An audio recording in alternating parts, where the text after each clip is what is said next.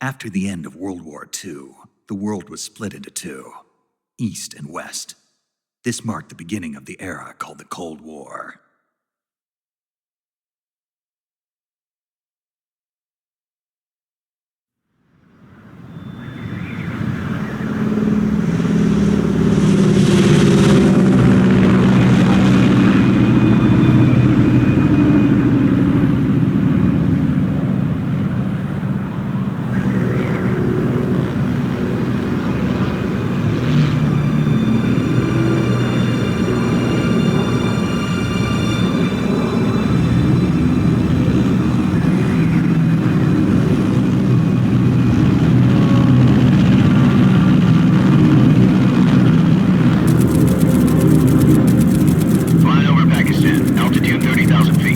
Approaching Soviet airspace.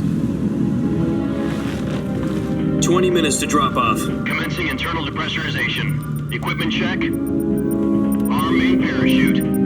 All right. You ready to go? Drop zone still showing a high pressure mass. Cav okay. Good. We've got high visibility.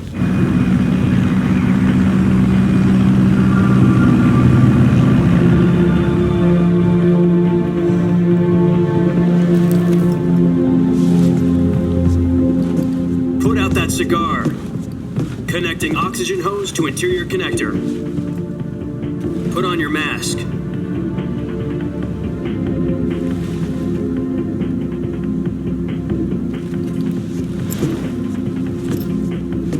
Does this panty waste know what he's doing? Approaching release point. 10 minutes to drop off. Hey, are you deaf? He said put out the cigar and put on your mask.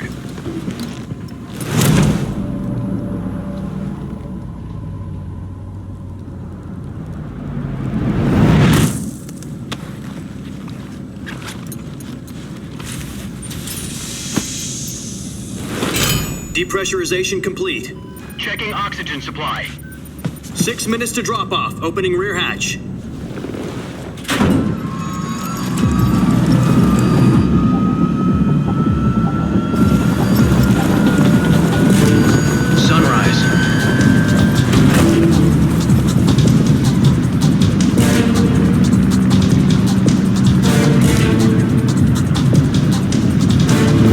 Temperature minus 46 degrees Celsius. 2 minutes to drop off. Stand up. You'll be falling at 130 miles per hour. Try not to get frostbite from the wind chill. 1 minute to drop off. Move to the rear. Activate bailout bottle. This is one for the history books. The world's first halo jump. 10 seconds to drop off. Stand by. Status okay, all green. Prepare for drop-off. Countdown. 5, 4, 3, 2, 1. Spread your wings And fly. God be with you.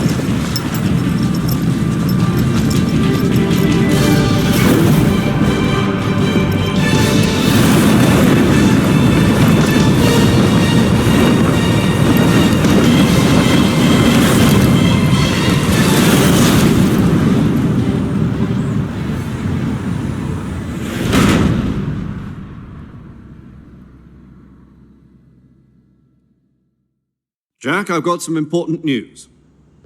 The head of the CIA has finally given us the green light for the Virtuous mission. Virtual mission? No, the Virtuous mission. The future of our Fox unit depends on it. If it succeeds, we'll be officially organized into a unit. Virtuous mission? Sounds like some kind of initiation ritual. You know, don't get cocky. This isn't a training op. Right. So what exactly is this wonderful mission? Well, about 2 years ago, a certain Soviet scientist requested asylum in the West through one of our moles. His name is Nikolai Stepanovich Sokolov. He's head of the OKB 754 Design Bureau, one of the Soviets' top-secret weapon research facilities, and the East's foremost expert on weapons development. Sokolov? Isn't he that famous rocket scientist? The very same. On April the 12th, 1961, the Soviets achieved the first manned spaceflight in history. The Earth was blue, but there was no God. Well spoken. The rocket that carried Yuri Gagarin to orbit was the A-1, known as the Vostok rocket. Sokolov is said to be the man most responsible for the multi-engine cluster used in that rocket. After Gagarin's flight, Sokolov left rocket development to become the head of the newly established Design Bureau. From a lowly technician to head of a design bureau, that's quite a success story, so why'd he want to defect? It seems he'd become afraid of his own creations. Afraid? Call it a crisis of conscience. And for that, he left his country and his family behind and went over the fence? Not exactly. One of his conditions was that his family was also to be taken safely to the west. We used a mole to get the family out first and succeeded in sneaking Sokolov over the Berlin Wall shortly afterwards. I was the one who conducted the operation. The security on the eastern side was still full of holes back then. Then what? We got Sokolov over in one piece, but the whole ordeal had left him exhausted, and we checked him into a hospital in West Berlin. It took him 2 weeks and more than 600 miles to get from the research facility in the Soviet Union to Berlin. He was in no condition to say anything coherent. And it was only a week later that we had something much bigger on our hands. The Cuban Missile Crisis. October the 16th, 1962, President Kennedy received word that the Soviets were in the process of deploying intermediate-range ballistic missiles in Cuba. The President demanded that the Soviets dismantle and remove the missiles. At the same time, he announced a naval blockade to prevent further missile shipments from reaching Cuba. But the Soviets didn't back down, instead placing their armed forces on secondary alert. Soviet transport ships carrying missiles continued on course towards Cuba. US and Soviet forces went on alert for an all-out nuclear war.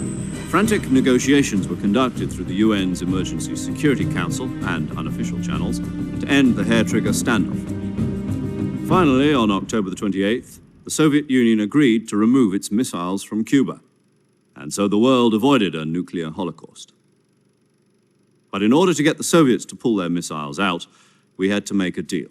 You mean the one where the US agreed to remove its IRBMs from Turkey? No. The Jupiter IRBMs deployed in Turkey were obsolete, and we were going to get rid of them anyway. They had no strategic value whatsoever to either the US or the Russians. The Turkey deal was a ruse, a cover story that was fed to the other intelligence agencies around the world. So what did the Russians really want? Sokolov. They wanted us to return Sokolov. You mean the Soviets pulled out of Cuba just to get their hands on Sokolov? That's right. What the hell was he working on? At the time, we had no idea. We were running out of time. It was either give up Sokolov or risk full-scale nuclear war. In the end, we had no choice. President Kennedy gave in to Khrushchev's demand. The next day, I got Sokolov out of the hospital and handed him over to agents on the eastern side.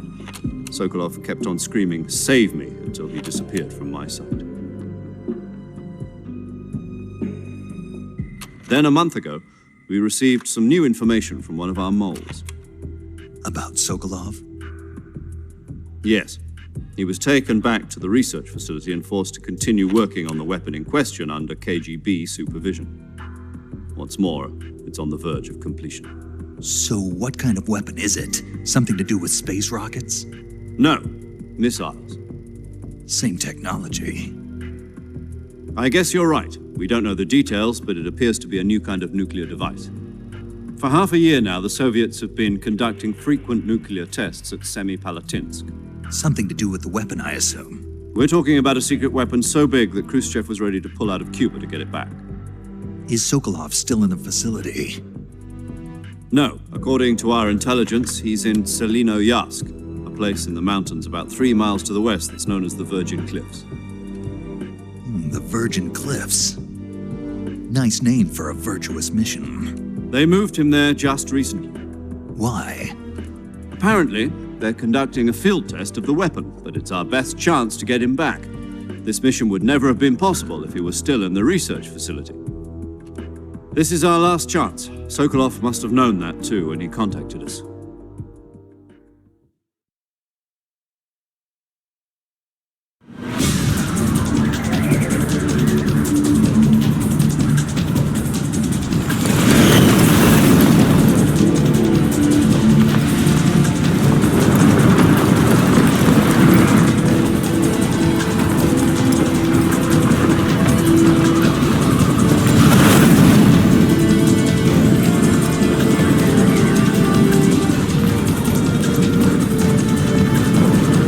up, Jack. Your mission is to infiltrate Selino-Yarsk in the Soviet mountains, ensure the safety of Sokolov, and bring him back to the west.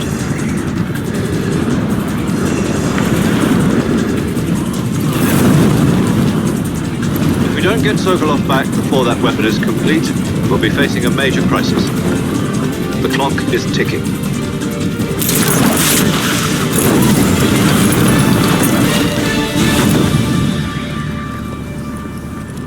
Once we've confirmed the rescue of Sokolov, stand by at the recovery point. A recovery balloon will be dropped at that point. Helium will be pumped into the balloon to inflate it. The process takes about 20 minutes. Once it's complete, the gunship's arm will latch onto the balloon and pull it up.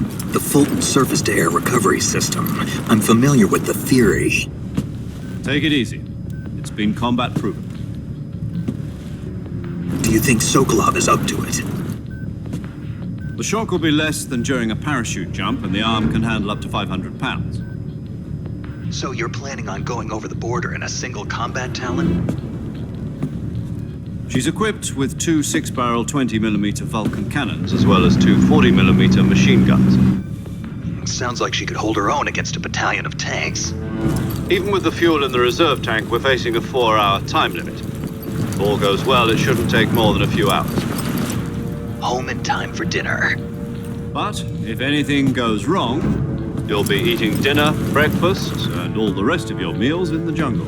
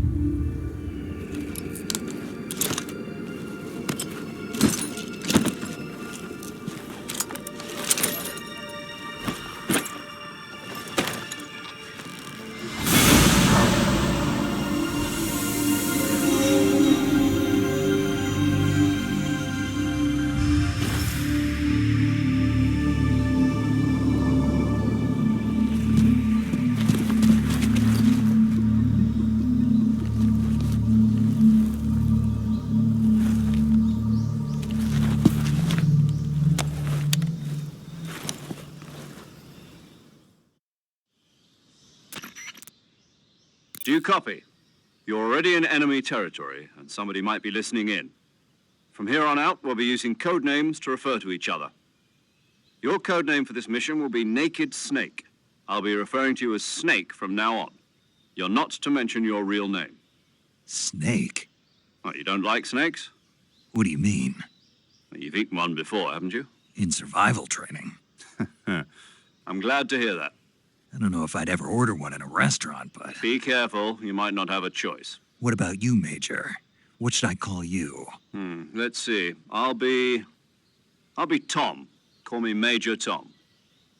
This will be a sneaking mission. You must not be seen by the enemy. You must leave no trace of your presence. Is that clear? This kind of infiltration is the Fox unit's speciality. In other words, weapons and equipment are procured on site. That goes for food as well. You're completely naked, just as your name implies. Great. Now I see why you asked me if I like snakes. I suppose calling me Snake was your idea of a joke, too. No, there's a good reason for that. I'll tell you later when the time is right. Gotcha. Getting back to the subject, how exactly am I supposed to feed myself? You've been issued a knife and a tranquilizer gun. Use them to hunt for food. You'll also find some medical supplies in your backpack. Yeah, about the backpack. I lost it in a tree on the way down. I see. Well, you'd better go back and get it then. You know where it is? No problem. I can see it from here. It's stuck on a branch. To climb a tree, stand in front of a tree that's covered in ivy and press the action button. I'll be monitoring your progress over the radio. We can't risk violating Soviet airspace, but I'll be in the gunship. My frequency is 140.85. I'll give you a call if I need to talk to you. If you need to talk to me, use the send function. Okay, Snake, go get your backpack.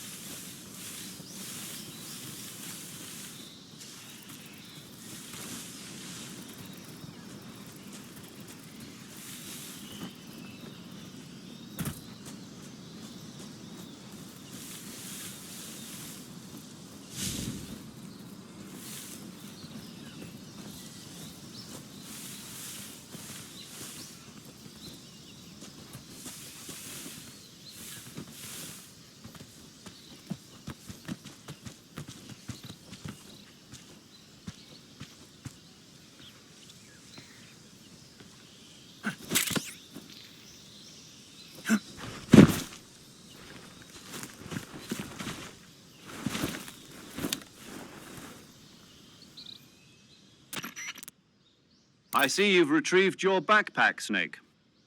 To equip a weapon, it's necessary to take it out of your backpack. In the survival viewer, choose Weapon from the backpack. Your available weapons will be displayed in a list on the screen.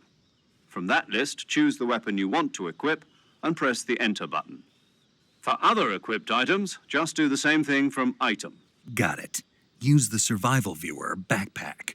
Yep, that's right. Survival is fundamental to this mission. After you've been out in the field for a while, your stamina will start to drop. If your stamina gets too low, it'll affect your performance.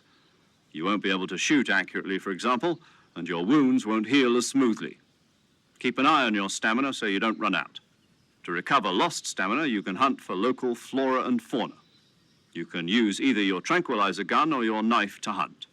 My only weapon is a Mark 22 Hush Puppy tranquilizer gun? That's right. It's been fitted with its own suppressor. However, the suppressor will deteriorate every time you fire. Once its durability reaches 0, the noise suppression effect will be gone. So don't get too trigger-happy with it. The suppressor's durability is shown in the icon. Any weapons and equipment beyond what you're carrying now, you'll have to find as you go. I have to find my own weapons and equipment? Whose crazy idea was this anyway? Solo covert actions are standard Fox operating procedure. You can't leave any traces of your presence. No weapons, equipment, footprints, sweat, or bodily waste. The same goes for bullets and cartridges, too. Your presence in enemy territory is already a violation of international conventions of warfare. There aren't supposed to be any American soldiers in Russia. It could spark an international incident. You can't let anyone see you. You can't let the enemy know you're there. This is a stealth mission. You're a ghost, Snake, in every sense of the word. And there'll be no rescue if you're captured. The military and U.S. government will deny any involvement in the affair. Then I'll just have to take care of myself, huh? I'm afraid so. You've been given a fake death pill for that purpose. SIS guidelines stipulate that soldiers on covert ops like this one be issued a potassium cyanide capsule. Tape it to your body so you can take it when you need to. How generous of you. Use it if you're taken prisoner by the enemy. It'll send you into a state of false death for a short time. Fooling them into thinking that I'm really dead. So, how do I come back to life? Just take the revival pill. You mean that thing they put in my tooth before the mission? That's the one. But be careful. If you remain in a state of false death for too long, nothing will be able to bring you back. Remember that. I'll keep it in mind. You said this was a solo mission, right? Right. I guess that means I can't count on any reinforcements. Correct. The mission rests entirely in your hands. A real one-man army. Relax. There's a support team ready to back you up over the radio. Who? I'll introduce them to you. This time, survival is of utmost importance. The first member of the support team will be in charge of monitoring your physical condition, acting as a medic, so to speak. as well as recording your mission data. She's a member of Fox as well, and she's here on the gunship with me. She? Hello, Snake. I'm paramedic. Nice to meet you. Paramedic. As in a medic who comes in by parachute. Aren't you going to tell me your real name? Are you going to tell me yours, Mr. Snake? My name, huh? It's John Doe. And they call you Jack for short. You're a regular Captain Nemo. A name means nothing on the battlefield. After a week, no one has a name. What's your name? Jane Doe. Very funny. I wasn't joking, but I'll tell you my name only if you manage to make it back alive. My frequency is 145.73. She's also in charge of recording your mission data. Whenever you want to save, send a message over the reserved save frequency, 140.96. So saving lets me record my mission data. That's right. It also records the state of your health. Good to know. There's one more person I want to introduce you to, Snake. Huh? Speaking of snakes, you remember the boss, don't you? A legendary soldier and your mentor. Actually, it was the boss that got the DCI's authorization in the first place. She's going to be serving as Fox's mission advisor. The boss is? She also helped me plan this mission. She and I were at SAS together. Jack, is that you? How many years has it been? Boss? That's right. It's me. Talk to me. Let me hear your voice. It's been 5 years, 72 days, and 18 hours. You've lost weight. You can tell just by the sound of my voice. Of course I can. I know all about you. Really? Well, I don't know anything about you. What's that supposed to mean? Why'd you disappear on me all of a sudden? I was on a top secret mission. You didn't need me anymore. But there were still so many things I wanted you to teach me. No, I taught you everything you needed to know about fighting techniques. I taught you all I could. The rest you needed to learn on your own. Techniques, sure. But what about how to think like a soldier? How to think like a soldier? I can't teach you that.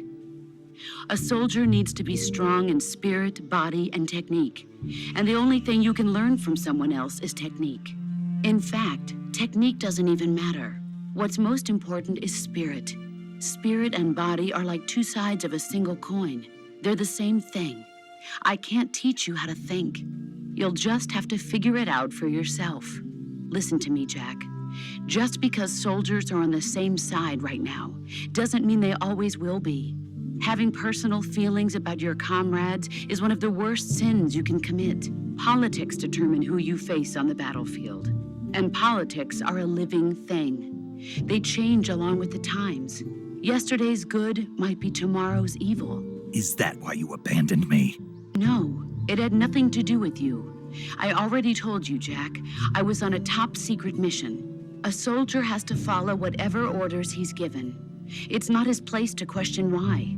But you're looking for a reason to fight. You're a natural-born fighter, but you're not quite a soldier. A soldier is a political tool, nothing more. That's doubly true if he's a career soldier. Right and wrong have no place in his mission. He has no enemies and no friends. Only the mission. You follow the orders you're given. That's what being a soldier is. I do whatever I have to get the job done. I don't think about politics. That's not the same thing. Sooner or later, your conscience is going to bother you. In the end, you have to choose whether you're going to live as a soldier or just another man with a gun. There's a saying in the Orient, loyalty to the end. Do you know what it means? Being patriotic. It means devoting yourself to your country.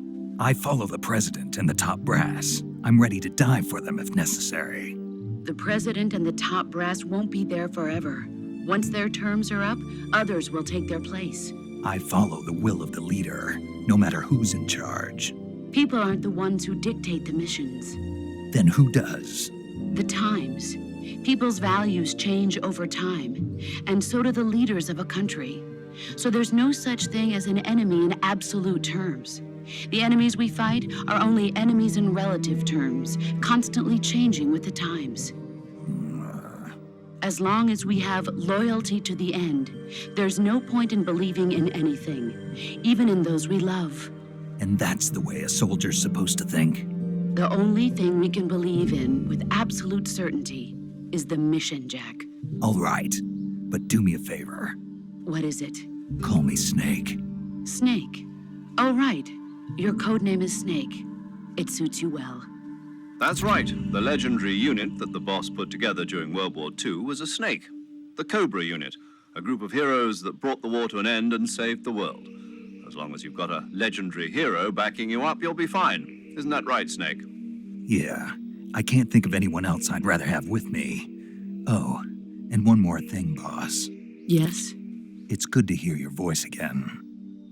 Same here. After all, who knows if either of us will make it out alive? Snake, you are always best at urban warfare and infiltrating buildings. But this is the jungle. Survival is going to be key. Those CQC techniques I taught you are sure to come in handy. CQC? Close quarters combat, huh? I've been in the Green Berets for the past few years. I'm probably pretty rusty. Not to worry. I'll be here to help you remember. After all, this is your first actual survival mission. I'll be supporting you over the radio. Where are you, boss? Next to the Major?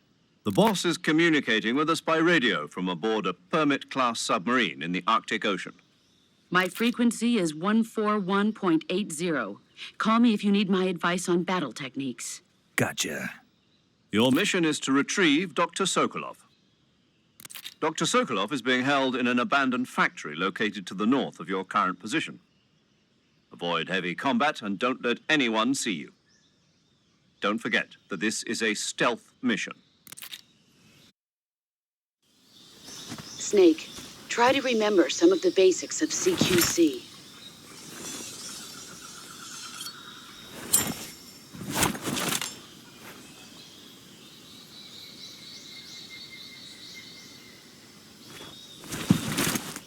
Commencing virtuous mission now.